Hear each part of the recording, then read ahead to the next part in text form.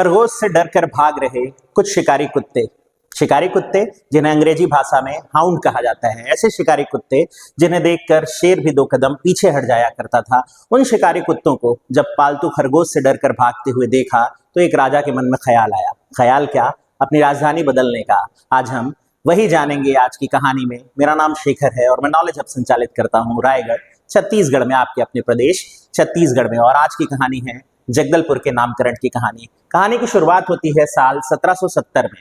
1770 बस्तर के महाराज काकतीय राजा दलपत देव थे, 13वें राजा। और उन दिनों वो लगातार हो रहे मराठा आक्रमण से परेशान भी थे। इन्हीं परेशानी के दिनों में राजा एक शिकार पर निकलते हैं। शिकार पर निकलने के दौरान वो इंद्रावती नदी का तट पार कर जाते हैं। बस्तर की राजधानी इन दिनों मंदोता हुआ करती थी। राजा जिस तट पर पहुंचे थे उस जगह को एक छोटा सा गांव जगतूगुड़ा कहा जाता था। राजा वहां जाकर आश्चर्य में पड़ जाते हैं। वो देखते हैं कि उनके साथ आए हुए शिकारी कुत्ते पालतू खरगोश से डरकर भाग रहे हैं। राजा के मन में ये विचार आता है, ये कैसी भूमि है, एक ऐसी भूमि जहां के खरगोश भी शिकारी कुत्तों को डरा देते हैं, तो यहाँ के वीरों की क्या ही बात होगी।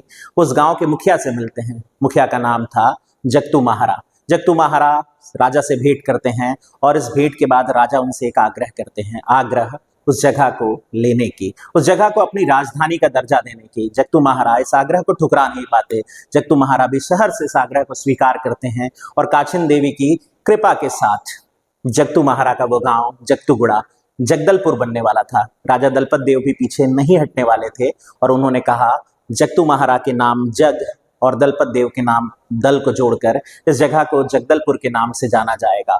और इस तरह स्थापना हुई जगदलपुर की। पर यह कहानी सिर्फ इतनी सी नहीं है। जगतू महारा के एक भाई भी थे, भाई जिनका नाम धर्मू महारा था। कहते हैं वहां 4 बड़े तालाब थे। उन तालाबों को जोड़कर धर्मू महारा के सहयोग से ही उस समय का सबसे बड़ा सरोवर दलपत सरोवर या दलपत सागर जिसे आप कहते हैं, उसका निर्माण हुआ। यह भी सर्वविदित है कि दलपत देव की पत्नी का नाम समुद्र देवी था। शायद समुद्र का ही पर्यायवाची शब्द निकाल करके दलपत सागर नामकरण किया गया होगा। ये कहना मेरा नहीं है, ये कहना है बस्तर के एक बड़े फेमस इतिहासकार केदारनाथ ठाकुर जी का, और उनकी किताब है बस्तर भूषण। इसके अलावा इतिहासकार हीरालाल शुक्ल जी के बस्तर का मुक्ति संग्राम कहानी किताब में भी इस कहानी को आप पढ़ सकते हैं या जान सकते हैं।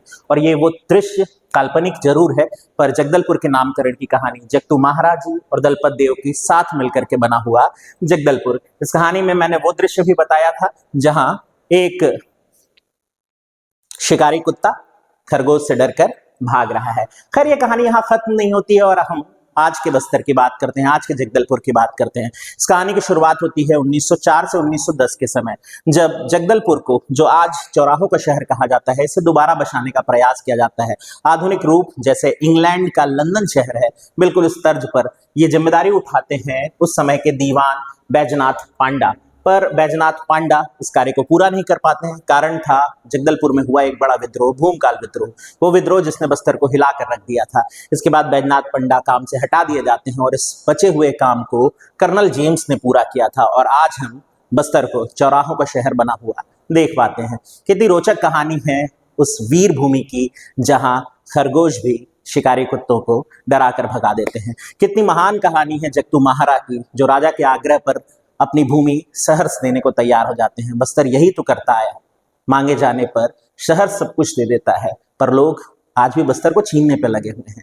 ये कहानी थी जगदलपुर की। इसी तरह की और कहानियों को जानने के लिए, समझने के लिए आप मुझसे संपर्क कर सकते हैं। मेरा नंबर यहाँ मौजूद है। मैं नॉलेज हब संचालित करता हूँ। आप किसी भी टॉपिक पर अगर वीडियो चाहते होंगे तो मुझे कमेंट बॉक्स में बिल्कुल बताएं, मैं आपको वो कहानी लेकर के पेश करूंगा। तो ध्यान से सुनने के लिए हमेशा की तरह आपका बहुत बहुत धन्यवाद। हम मिलेंगे अगले वीडियो में। Thank you.